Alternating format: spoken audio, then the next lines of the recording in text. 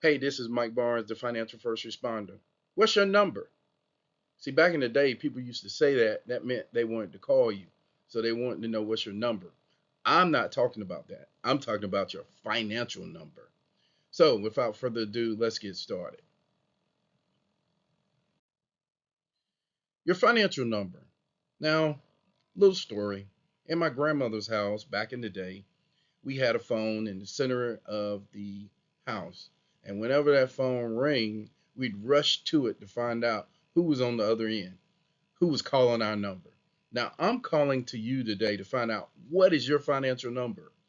Your financial number typically refers to the amount of money that you need to accumulate to achieve financial independence. Now, I know people throw that term around a lot, but really, what are your financial goals? See, this number varies greatly between people because everybody's number is not their number.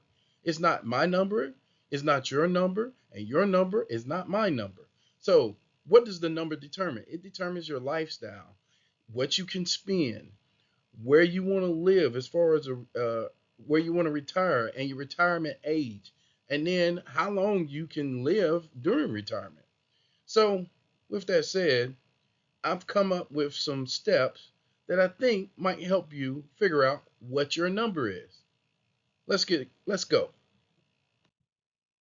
Now, you see this little baby, and I've heard people, matter of fact, I had a frat brother say on his TikTok page that people keep talking about financial literacy.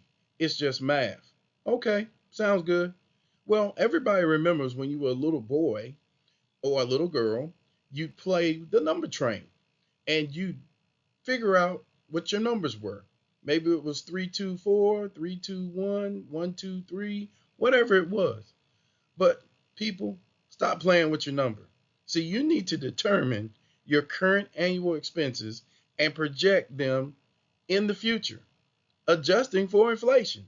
Now, for you math people out there, quick note, who knows exactly what inflation is? Hmm, might need to get with a financial first responder, might get with your financial advisor, your registered rep, someone that actually does this for a living. Next. So then you have to start saying, well, I know how to use a calculator. Oh, you do? Well, then estimate retirement and the duration. In other words, how long are you going to need it for? See, you need to decide the age at which you plan to retire and estimate how long you expect to live when you retire. These are all actuary numbers. I'm quite sure you and the public, y'all have access to this.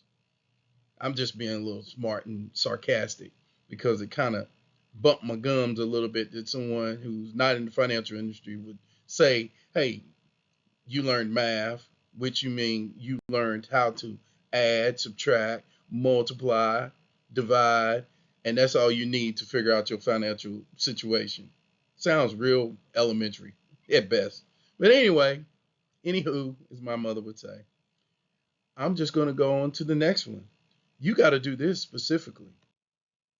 You have to account for other income sources. You see, when we're talking about accounting for other income sources, and I'm using this old type style calculator where you would add and subtract, or maybe you could do multiplication and you slide your balls left or right and you figure out your numbers, right? Easy way to calculate.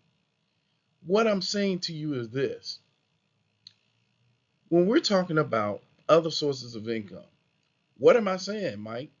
For you veterans out there, it might be your disability income along with your military retirement. Or it may be you've worked for the state or the federal government or some municipality where you have a retirement there, but you're adding up all your sources. So what you're doing is you're adding up your income sources like they would be when you were in retirement, such as Social Security, a pension, or maybe rental income. Or maybe you have a consulting business that you want to do when you get ready to retire.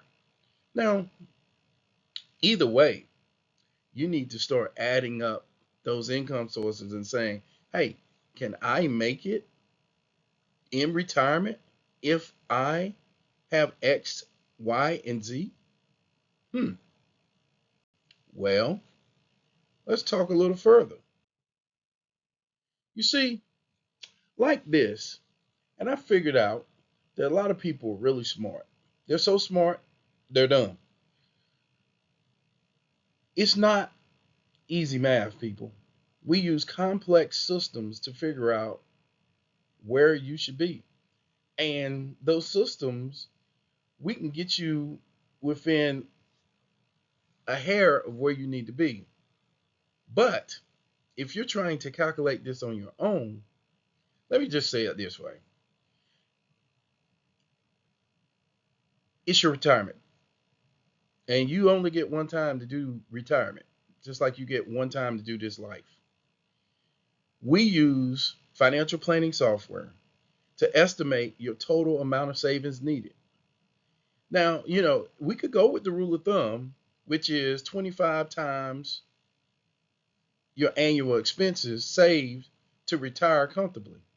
But I know from experience, and I've watched people over the years, they don't save 10% of their income, more or less 25% or 25 times their annual expenses. They don't know to do it unless they get with a financial professional, i.e., a financial first responder or somebody else. Get help somewhere. So, why would you take a chance and not know what you need for retirement? I know you think it's as easy as playing checkers. You already got it together. You know what you need to have. I got it. I got it. You don't need to pay a professional. You don't need to sit down with a professional and figure out where you need to be. You got it. You got it. But what I do know is this. So you have to factor in the investment growth. You need to account for the growth of your investments over time. And this involves assumptions about the rate of return on your investments. Now you're saying, well, wait a minute. Rate of return. Mike, what is the rate of return? Well, that's a good question. What is your rate of return on your investment? Surely you know. Surely somewhere in your calculations you figured out that you got a certain amount of rate of return. Of course you have. You've already you've already been able to figure that out based off of your math skills. I got it. But here's the thing, people. I'm just going to give you my final thoughts on this. Here's what I would say to you. Here are my final number thoughts. And my grandfather used to say it like this: liars don't figure they'll get caught, and figures don't lie. So I'm going to say it like this: would you like more detailed analysis of your situation? Would you want some specific help or aspect of calculating your financial number? Hit that link